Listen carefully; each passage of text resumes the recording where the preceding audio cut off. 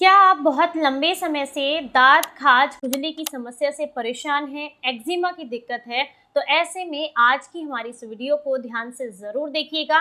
Eczema या दाँत, खाज, खुजली की समस्या आपकी कितनी भी पुरानी क्यों ना हो, आपको बेहद लाभ मिलेगा आज के हमारे इस घरेलू नुस्खे से। और साथ ही साथ ये आपके किचन में अवेलेबल चीज़ों से ही बनकर तैयार होगा। इसके लिए आपको कोई ज़्यादा खर्चा करने की या पैसे खर्च करने की ज़रूरत नहीं पड़ेगी। वीडियो अच्छी लगे तो इसे लाइक ज़रूर कीजिएगा। नमस्कार, आप सभी का बहुत बहुत स्वागत है। मैं आपकी होस्ट एंड दोस्त मधु आज आपके साथ शेयर कर रही हूँ एक्जिमा, जिसे दांत खाज खुजली की समस्या भी कहते हैं। इसके लिए आपके साथ बहुत ही इफेक्टिव घरेलू नुस्खा, जिसके इस्तेमाल से इसमें आपको लाभ तो मिलेगा ही, साथ ही साथ जड़ से खत्म करने में भी आपको काफी मदद मिलेगी।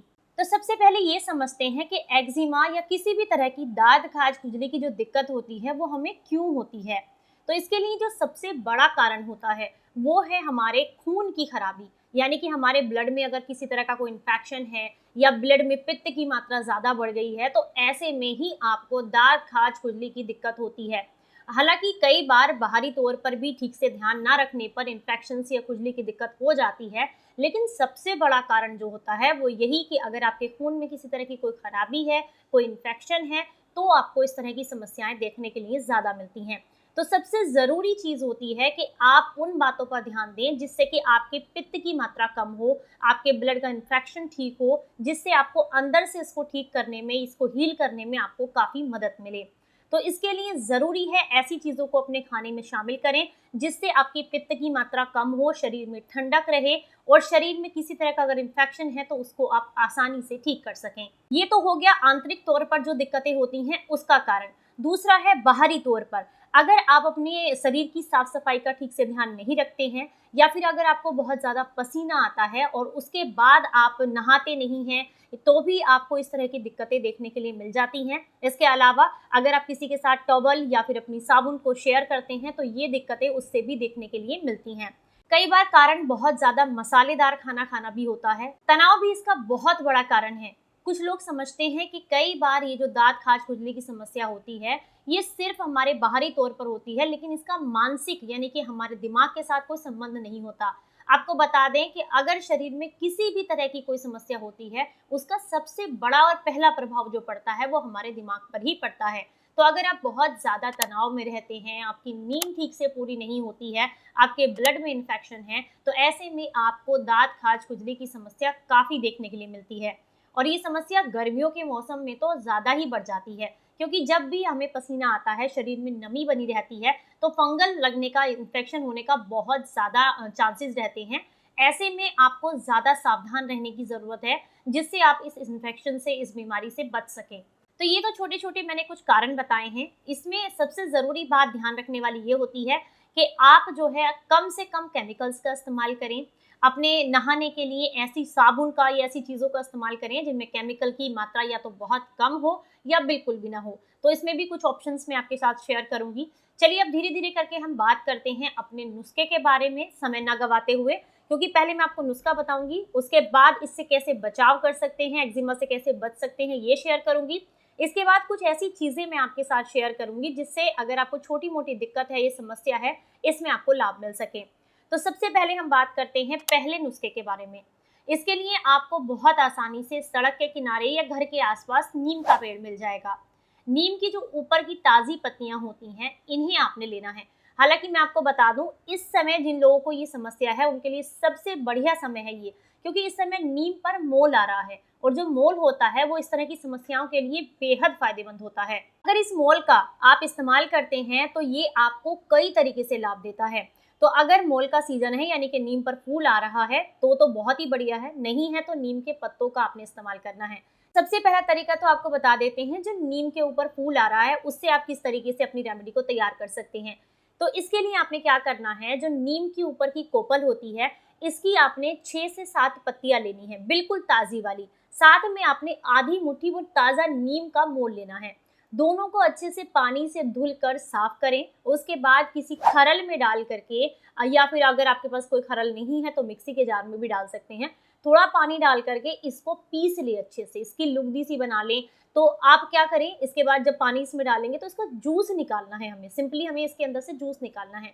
तो आपने ये जो जूस निकलेगा ये 15 ml की मात्रा में लेना है और इसमें थोड़ी सी धागा मिश्री मिला करके सुबह खाली पेट लगातार 15 दिन तक लेना है। इससे आपको, चाहे आपका एक्जिमा, दांत खाज खुजली की समस्या जो है कई कई साल पुरानी, यानी कि 15-20 साल पुरानी भी हो, तो उसमें भी आपको काफी लाभ मिलेगा। तो ये नुस्खा तो उन लोगों के लिए है जो अंदर से अपने आप को हील करना चाहते हैं। साथ ही साथ अगर आपकी समस्या काफी गंभीर है और आप ऊपर से भी यानी कि दांत खाज खुजली एक्जिमा से परेशान हैं, तो अब बताते हैं आपको लगाने के लिए एक ऐसा मलहम, एक लेप जो कि आपको काफी लाभ देगा। इसके लिए भी आपने, अगर मोल है तो बहुत ही बढ़िया, नहीं है तो ताजी कोमल पत्तियां लेनी है आपने यहाँ पर नीम की। उसके साथ साथ आपने, अगर मोल है तो थोड़ा 1 मुट्ठी मोल भी लेना है। इसे आप अच्छे से कूट छेद लें। पत्तियां कितनी लेनी है? 15 से 20 पत्तियां आप यहाँ पर इस्तेमाल करेंगे। कूट छेद करके 1 लीटर पानी के साथ आप इन्हें उबाल लीजिए। इतना उबालना है जब तक आप 3-4 उबाल देखें इसमें अच्छे से आ गए हों, तब आप गैस को बंद कर दें और इसे इसी के साथ ठंडा होने दें। जब ये बिल्कुल नॉर्मल टेम्परेचर का हो जाए तो इस पानी को छान कर अलग बर्तन में कर लें। अब आपने क्या करना है, इस पानी को अपने नहाने की बाल्टी के अंदर जो पानी होता है उसके अंदर मिक्स कर देना है और रोजाना दिन में 1 बार इस तरह के पानी से स्नान करना है, नहाना है। इससे आपको शरीर पर होने वाले हर तरह के इन्फेक्शन में काफी लाभ मिलेगा। अगर आपको बार बार खुजली होती रहती है, इन्फेक्शंस रहते हैं या शरीर से बदबू आती है, जो कि खासकर गर्मियों के मौसम में बहुत ज़्यादा देखने के लिए मिलती है, मेरे पास भी काफ़ी सारे कमेंट्स आते हैं, लोग बोलते हैं कि हमारे पसीने से दुर्गंध बहुत ज़्यादा आती है, हमें क्या करना चाहिए। तो ऐसे में अगर आप इस पानी से नहाते हैं तो इससे आपको बेहद लाभ मिलते हैं, क्योंकि जितने भी बैक्टीरियाज होते हैं वो, ये जो पानी है ये उनको किल करता है, जिससे आपके शरीर को एक अच्छा एनवायरनमेंट मिलता है, आपकी त्वचा की अंदर तक सफाई होती है। जितने भी रोम छिद्र होते हैं ना हमारी बॉडी के अंदर, वो सब खुल जाते हैं, उनके अंदर से पुरानी गंदी मैल निकल जाती है और आपको बहुत अच्छा लगता है। ये तो है हमारी पहली रेमेडी, जिसमें आपको नीम लेना भी है और साथ ही साथ नीम के पानी से आपको नहाना भी है। चलिए अब बढ़ते हैं दूसरी रेमेडी की तरफ। दूसरी रेमेडी के लिए या तो आप नीम की सूखी पत्तियां ले सकते हैं 15 से 20, अगर नहीं है तो फिर आप नीम का तेल किसी भी आयुर्वेदिक स्टोर से आपको मिल जाएगा, वो आप ले सकते हैं। आपने घर पर पिसी हुई शुद्ध हल्दी लेनी है। देखिए, अगर आपको पूरे तरीके से इसको ठीक करना है तो इसके लिए शुद्धता बहुत जरूरी है। अगर आप मार्केट की पिसी हुई हल्दी या फिर बाहर से पिसवा करके हल्दी लाते हैं तो इसमें कई चांसेस होते हैं कि वो लोग पहले मिर्ची भी पीसते हैं और कई बार अलग तरीके से भी पीसा जाता है, यानी कि उतनी साफ सफाई से नहीं पीसा जाता है जितनी की हमें दांत खाज खुजली की समस्या के लिए जरूरत होती है। क्योंकि अगर बाई चांस भी उसको मिर्ची के साथ पीसा गया है तो आपकी समस्या बढ़ सकती है, या फिर उसमें किसी तरह के केमिकल्स का इस्तेमाल किया गया है तो आपकी समस्या बढ़ सकती है। तो इसके लिए बहुत ज़रूरी है कि शुद्ध हल्दी का इस्तेमाल आपने करना है। तो क्या करें, आप गांठ वाली हल्दी अपने घर पर ले आएँ, उसे 1 से 2 बार पानी से धुल लें। उसके ऊपर काफ़ी सारी चीज़ें लगी हुई होती हैं, काफ़ी सारी ऐसी गंदगी होती है जिसको क्लीन करना बहुत ज़रूरी है। तो उसको 1-2 बार जब पानी से धुल लेंगे तो उसके बाद 1 से 2 दिन के लिए धूप में सुखा लें। अंदर तक पानी नहीं जाता है इसमें, जैसे 1-2 बार पानी से धुलते हैं तो अंदर पानी नहीं जाता है इसके अंदर। आप इसे धुल लें 1-2 बार पानी से, ऊपर से जितनी भी गंदगी होगी वो साफ हो जाएगी। इसके बाद 1 से 2 दिन के लिए आप इसे धूप में सुखा लें। जब ये पूरी तरीके से सूख जाए तो उसके बाद आपने इसे छोटे छोटे टुकड़ों में किसी खरल में डाल करके तोड़ लेना है। इसके बाद मिक्सी के जार में डाल करके इसको पीस लें और छान लें। अब ये जो पाउडर बनेगा ये आपके लिए एकदम शुद्ध हल्दी का पाउडर बन करके तैयार हो गया है। तो इस पाउडर में से आपने 1 चम्मच ये हल्दी का पाउडर लेना है। अगली जो चीज़ आप इस्तेमाल करेंगे वो है एलोवेरा जेल। ये भी बहुत ज़रूरी है कि ये भी एकदम शुद्ध हो, जो घर पर लगा हुआ होता है गमले में वही वाला इस्तेमाल करना है। मार्केट में जो डब्बे वाला मिलता है या किसी तरह की पैकिंग वाला मिलता है वो आपने इस्तेमाल इसमें नहीं करना है, क्योंकि उसके अंदर कुछ ऐसे केमिकल्स मिलाए जाते हैं जो कि आपकी इस समस्या को कम करने की बजाय बढ़ा सकते हैं। तो आपने क्या करना है, फ्रेश एलोवेरा की एक लीफ लेनी है, उसके ऊपर का जो हिस्सा होता है उसको उतार कर अलग कर दें, इसके अंदर से पल्प को निकाल लें। एक लीफ मीडियम साइज की आपके लिए पर्याप्त रहेगी। तो आपने उसको, जो जेल है उसको निकाल लेना है और किसी फोक की मदद से या किसी नाइफ की मदद से अच्छे से फेंट लें उसको, ताकि वो एक जेल के रूप में कन्वर्ट हो जाए। इसके बाद वो जो 1 चम्मच हल्दी पाउडर है वो आपने इसके अंदर डाल देना है। अब जो तीसरी चीज़ है, मैंने आपको बताया नीम का तेल, उसमें से आपने थोड़ी मात्रा में ये नीम का तेल उसमें डालना है। मात्रा कैसे डिसाइड होगी कि आपको इसका एक गाढ़ा सा पेस्ट बना करके तैयार करना है, उतना ही ऑयल डालें जिससे कि थिक पेस्ट बन करके तैयार हो जाए। ये पेस्ट ऐसा लगाना है कि उंगली की मदद से आप आसानी से इसको जो है दांत खाज खुजली पर लगा सकें, इस कंसिस्टेंसी का होना चाहिए। तो जब आप इसको अच्छे से मिला लेंगे तो आप इसे किसी कांच की शीशी में भर के रख लें और 1 हफ्ते का 1 बार बना करके रख सकते हैं, कोई दिक्कत नहीं है। और अगर गर्मी बहुत ज़्यादा है तो आप फ्रिज में भी इसको स्टोर कर सकते हैं। वैसे अगर नॉर्मल टेम्परेचर है तो आप बाहर ही रख सकते हैं रूम टेम्परेचर पर। आपने इसके अंदर क्या करना है, जहाँ पर भी आपको दाद, खाज, खुजली की दिक्कत है, चाहे पुरानी से पुराना कितना भी दाद हो, तो उसको सबसे पहले आपने थोड़ा-सा पानी गर्म करना है।